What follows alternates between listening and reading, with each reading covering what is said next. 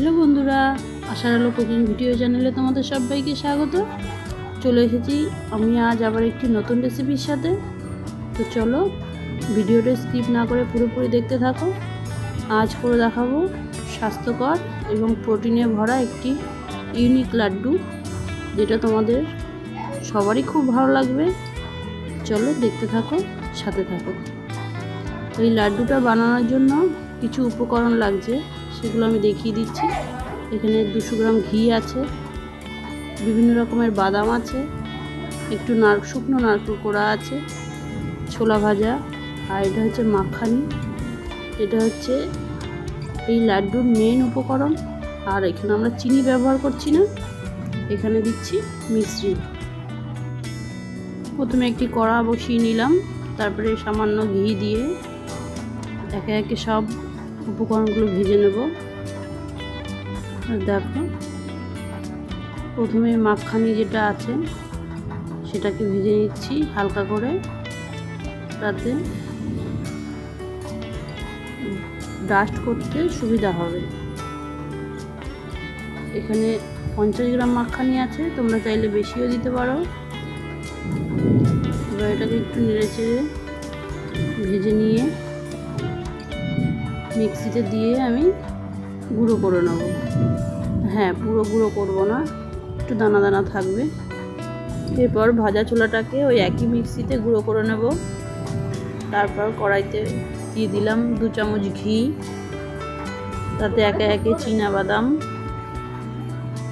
Almond বাদাম, কাজু বাদাম আর খরমুজের দানা বা চালমগজ দিয়ে ভালো করে নেড়েচেড়ে নিতে হবে। একটু ভাজা ভাজা হয়ে গেলে এগুলোকে নামিয়ে নিয়ে গুঁড়ো করে নিতে হবে। দেখো, এরকম অবস্থায় এগুলোকে নামিয়ে নিতে হবে।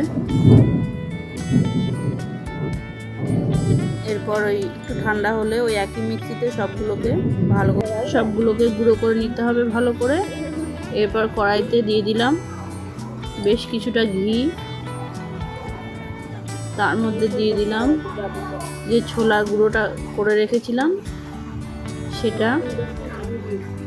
ঘিয়ের সাথে ছোলার গুঁড়োটা ভালো করে চেপে চেপে একটু নেড়ে নিতে হবে।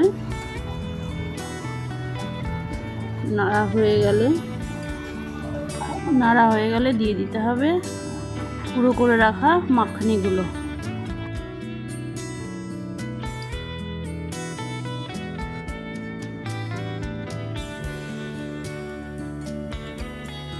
ছোলার গুঁড়োটা ভালো করে নাড়িয়ে চাড়িয়ে এবার দিয়ে দিলাম মাখানিগুলো, যেটা একটু দানা দানায় রেখেছি, যাতে লাড্ডুটা যখন খাওয়া হবে মুখে পড়লে ভালো লাগে।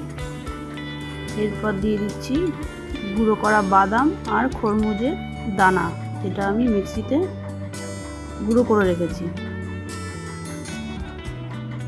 এইগুলো ভালো করে মিশিয়ে নেওয়ার পর তারপরে দিয়ে দিলাম যে শুকনো নারকেলটা আমি কুড়িয়ে রেখেছিলাম সেটা। তোমরা চাইলে ডিরেক্ট নারকেল ফাটিয়ে কুড়িয়েও দিতে পারো, সেটা বেশি দিন স্টোর করে রাখা যায় না। আর এইভাবে শুকনো নারকেল যদি কুড়িয়ে দাও তাহলে লাড্ডুগুলো অনেক দিন রেখে দিতে পারবে। এরপরে দিয়ে দিচ্ছি 1 চামচ গোলমরিচের গুঁড়ো আর কটা এলাচের দানা আমি গুঁড়ো করে রেখেছি সেটুকু সেন্টের জন্য। তারপরে সব কিছু মাখিয়ে নেওয়ার পরে সবার শেষে দিয়ে দিলাম কিছু কিশমিশ, যেটা লাড্ডুতে আলাদাই স্বাদ এনে দেবে। এরপর সবগুলোকে ভালো করে নাড়িয়ে চাড়িয়ে নিয়ে আবার ঠান্ডা হওয়ার জন্য রেখে দিতে হবে। এবার গ্যাসে আরেকটি পাত্র বসিয়ে তাতে কিছুটা পরিমাণ জল দিয়ে দিলাম ভেঙে রাখা মিষ্টিগুলো। এবার এটা গলা পর্যন্ত ওয়েট করতে হবে।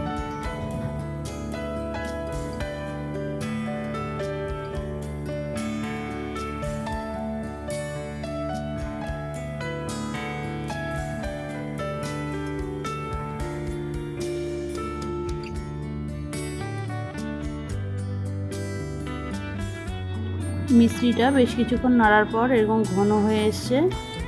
এই অবস্থায় আমি একটু হাতে করে নিয়ে দেখছি এরকম এক তার মতো আসছে কি না। যদি এক তার মতো দেখা যায় তাহলে বুঝবে মিষ্টির শিরাটা হয়ে এসেছে। এবার লাড্ডু তৈরির জন্য যে গুঁড়োগুলোকে আমি ঠান্ডা হতে দিয়েছিলাম তার মধ্যে এই মিষ্টির মিশ্রণটাকে অল্প অল্প করে দিয়ে মিশিয়ে নিতে হবে। একবারে দিলে হবে না, কারণ সবটা টেনে যাওয়ার ভয় থাকে।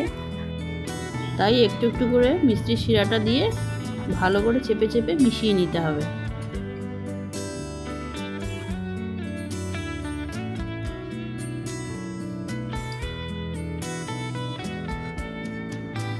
ভালো করে মিশিয়ে নেওয়ার পরে যখন একটু টাইট ভাব চলে আসবে তখন এইভাবে চেপে চেপে এটাকে গোল লাড্ডুর শেপ দিয়ে নিলাম।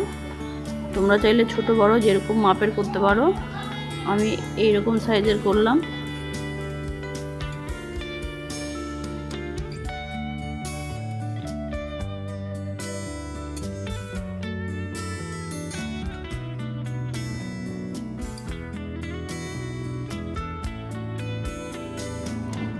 এভাবে আমি সবকটা লাড্ডু তৈরি করে নিলাম।